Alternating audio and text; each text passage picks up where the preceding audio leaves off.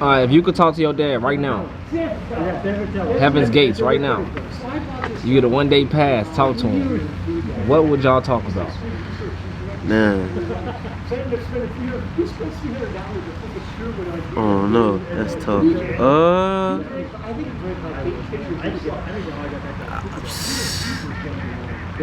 I probably just would ask him, you know, what do I need to do to be a better leader, to be a better everything, be overall anything, because I know he watching. So what does he see? How can I improve in certain areas? How can I, you know, I would just pick his brain, honestly. That's all I would be doing, picking his brain and sharing laughs. I would let him clown LeBron a little bit, but besides that, yeah, we just be sharing laughs, and I'd just be trying to figure out how I could progress overall, and what steps do I have to take to go from good to great. Talk about the role he played in you becoming a DJ and starting your own brand. Really? Well, I mean, people say that he used to DJ a little bit. I know he DJed some family parties and, you know. You trying to say he ain't got nothing on you, huh? Yeah, man. I kind of just, I ain't gonna give him that credit, you know. I ain't gonna give him that credit. I kind of, you know, because even when I brought it up to him, DJ, I mean, it's cool or whatever, you know, put some dollars in your pocket, but I don't know if he was really sold on his son being, you know, DJ Khaled or you know, because I went to school to be Stephen A. Smith. So that's a totally different, it's not totally different, but yeah. I took the, I guess you could say, music and radio route to broadcasting. Not necessarily, but I still included the sports. I still got the sports knowledge. I still have stuff, knowledge of things like that, but I don't know. That'd be tough to see. He was, you know, he had the music. He put me on to some old school and, you know, R&B, steppers music. I wasn't really knowledgeable of that lane, but as far as the whole everything, and then running the brand, like his campaign kind of was Man of Steel. So he had hats, shirts, hoodies, and everybody was wearing it. Everybody was wearing it. And it wasn't even about, you know, selling. He passed it out. Yeah, got hats. Kids, y'all need hats? Oh, okay. 5 hats, 10 hats, whatever. So being that person in the community as far as the brand goes is important to me, because your community gotta have your back. Your community have your back. You undefeated. You know, you can't lose. Like wise man always told me, like, you got the streets. That's all you need. You don't gotta have everything else. Politics don't really matter. So as long as you got some people backing you and they believe in what you believe in, your vision, that's something that I learned from him. You know, he was the voice of a lot. So just seeing that and wanting that for myself and the people around me is how I will put that as far as the brand goes.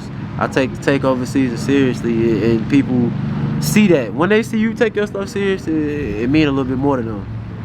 So yeah, because at first, I mean, when I seen the Man of Steel, I'm like, it's Superman. But then, you know, it got our last name on it, and he used to do everything, all the colors, Omega colors, hats and t-shirts, and the African flag, black, red, and green, or like whatever was popping to him, he rolled with it. That's just how it went. So that was pretty dope to see. Talk about the role he played in your sister's life, helping her become a woman. Heavy, real heavy, both of them. Man, they,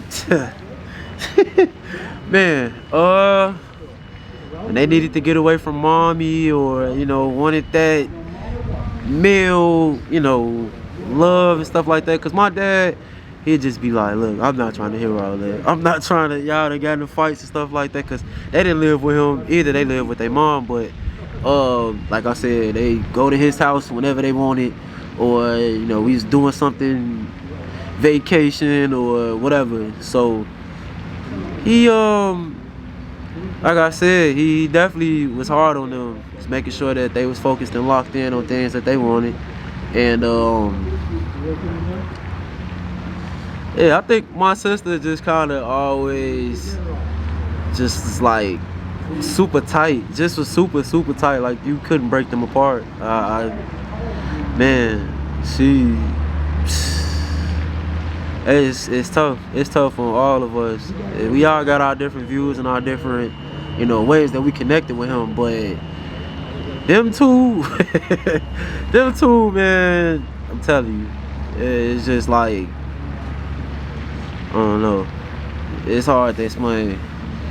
She did everything, anything he asked, she did, and it paid off.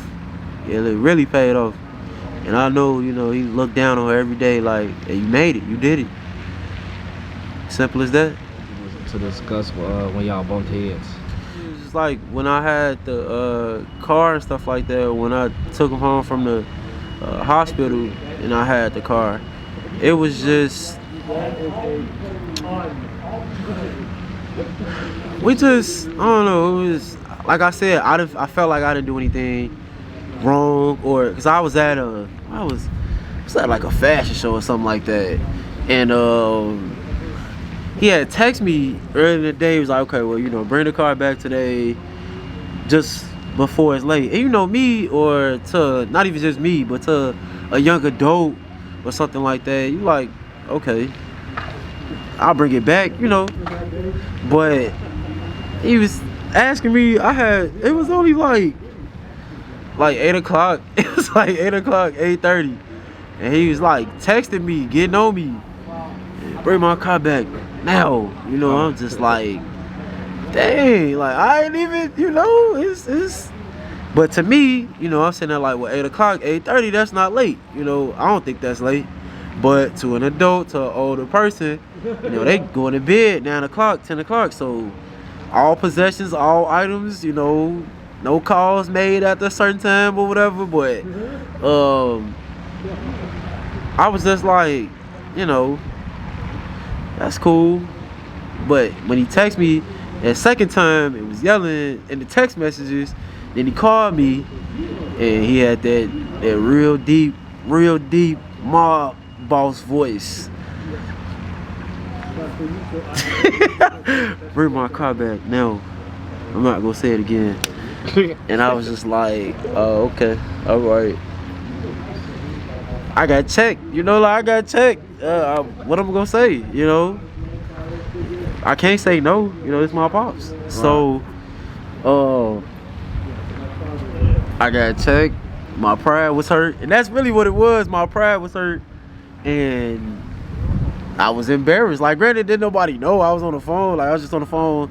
That's all text messages and phone conversations. But deep down inside, yeah, you know, I just got the car, been outside a little bit, a little free, go whatever, do whatever, putting gas in it. I'm feeling myself, and something like that. I'm just like, dang, what I do? You know, I didn't think I did anything wrong, but when I took the car home, and like I said, he gave me an earful the whole ride home.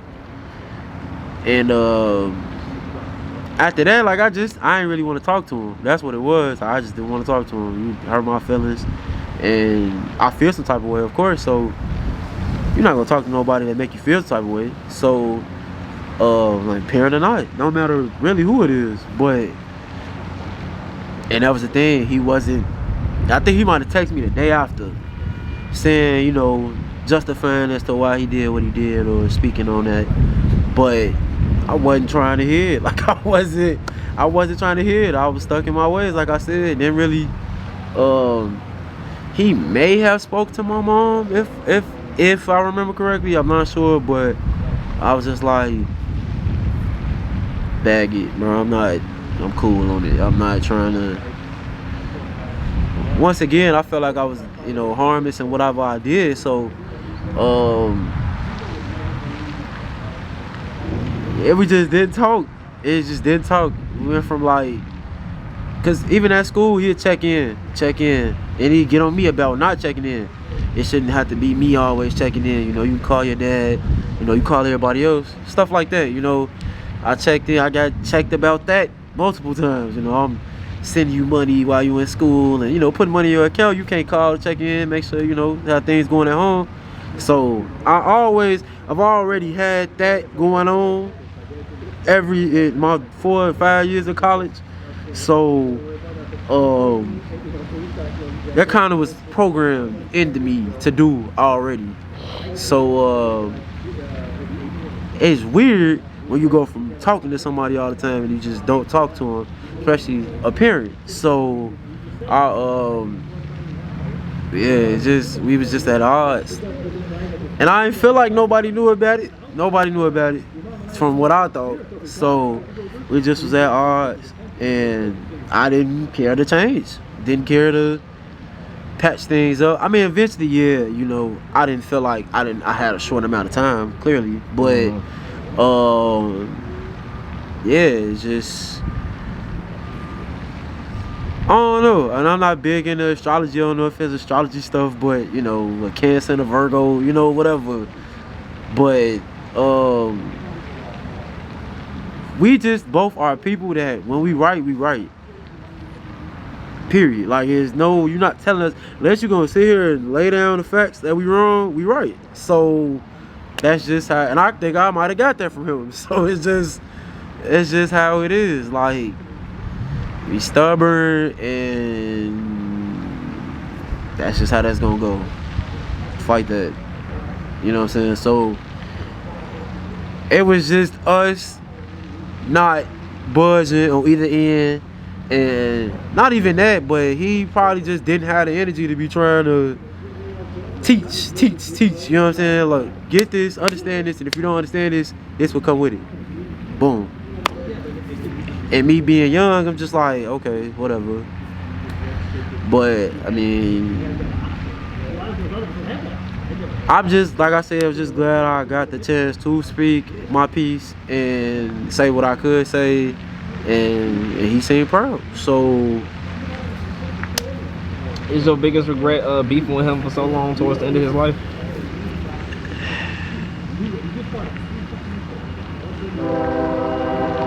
see, I don't know, cause it wasn't like a beef is like ongoing for months. Right. This was in the span of a couple like days, you know, week or two at the most. But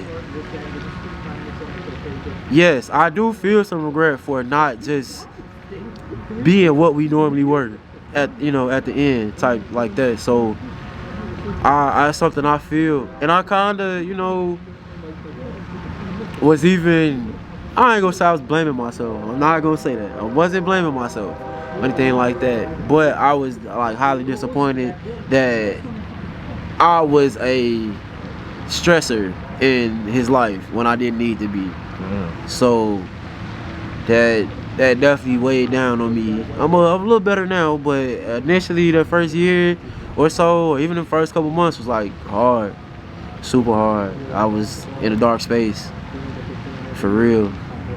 Just didn't even know how to progress, go on. You know, what would life look like? That's stuff you don't think about. You know, it's just like, you expect your parents to be here forever, grandparents, like stuff like that. You don't know, because when we grow up, you know, we kids, the people that's around us, we think will always be around us until proven otherwise.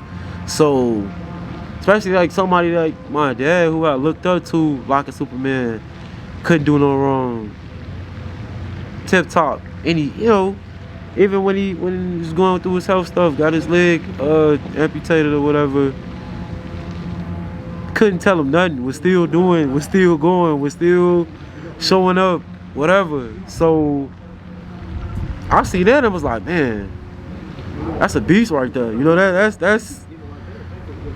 who I want to be. Like, it wasn't really no, look, all odds against me, all, you know, cards, the deck is stacked or whatever, I'm still gonna prevail. I'm still gonna show them it's me against you. But yeah, that just saying it and everything, from Like, I saved the man. He had a diabetic seizure when I was in like 8th grade. It's like 8th grade to 7th grade, and like that was even weird in itself because it was just me and him in the house at the time, and he was asleep.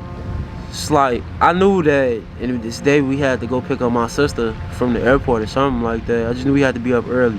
Remember him saying that, and I'm like, man, you know, he said we had something to do today, and all right, whatever, maybe we ain't got to do it no more. But I'm trying to like at least ask him. So I'm at his house at the time, so my room was all the way in the front of the house, his room was all the way in the back, like kind of towards the kitchen. And I kept peeking in the room, you know, see if he was doing his normal, probably up on a phone call or whatever, watching TV a little bit while on his phone, probably checking emails or whatever, but he just wasn't doing nothing. Like, he just was laying there, and I was just like, okay, whatever, he's snoring or whatever, but I'm like, whatever. So I walk in the room and I peek all over him and look at him like, seem to be sleeping to me. And I think that I either called my auntie or my auntie called me, because I think she knew that my sister was coming to town and we had to get her. And I was just like, look, my dad asleep. He ain't moving. He ain't, you know, trying to move. And she was like, oh, okay. Then she wound up coming to the house. Well, I wound up like poking him, touching him, whatever, trying to get him to get up or whatever, trying to get him to whatever, get going. And he was like, slob or whatever. It was like, oh, okay. That's why I called my auntie. I got worried. And my auntie came over to my house, and she's like, call the paramedics, call the ambulance. And this was like my first time ever seeing him in a state that wasn't normal. So I kind of panicked, like I was losing it. I didn't panic, like didn't know what to do. I still called, I still, you know, whatever. It was like, she's like, go, you know, across the street. Like I said, all my people live on the same block, so go across the street, you know, go get my godfather, stayed across the street, came, got him and stuff like that, and paramedics came and all that. And he was cool after that. And my sister was crying like a baby, but like crying like, and that's why I'm telling you, my sister and my daddy's like this. Like, we tight, trust me, we tight, but they tight, like tight. So, like, she was crying, like, I seen her pull up in the car, get out the car, and was crying tears before she even stepped in the door. Yeah. So, I guess, like, you know, she probably was just already prepared mentally for the worst or whatever, but, and especially being a doctor, being a, you know, in the medical field, probably just hit a little bit harder, cause that's her profession. That's what she's trying to go into. Yeah. And you got, you know, your father, your parent going through something like that. So, yeah. But they just kind of was like thanking me for alerting everybody that he wasn't, you know, okay. So I always just think back into that time, to where that happened. So where like I saved him, you know, one time, kind of outweigh the end of how we ended things pretty much. So, and of course, I got way more good memories than I do bad, and that's out the question. That's the most important part. That's out the question. He did so much for me that I'm 10 times grateful. Seriously. So, yeah, I do, you know, regret the way that our relationship kind of was prior to us having that final conversation or whatever. Wish things would have been better. You know, maybe I could have been a different type of energy or something like that, spirit for him, you know. But I don't beat myself up about it. And I mean, like I said, I know he's still watching. Look, I drive his car every day, so that's kind of, like a shield for me. It's kind of like a shield of protection in my eyes, just driving that car every day. It's like, I'm here, I'm still here. Anything you do, I'm still here. Look, when I see cues and stuff like that, I still, you know, that type of stuff is just a small trigger. Like, he told me he spoke to the cues at Western, like that, and that's like family to me. So just that type of stuff that you hear and seeing the people that he's helped and seeing the other people that you know he's done stuff for, like that goes a long way mentally for me. So yeah, all in all, like, I miss my dad a lot, every day almost, literally. Like, I just wish that he could see everything I'm doing now with the business and the DJ, and I just hope he proud, really.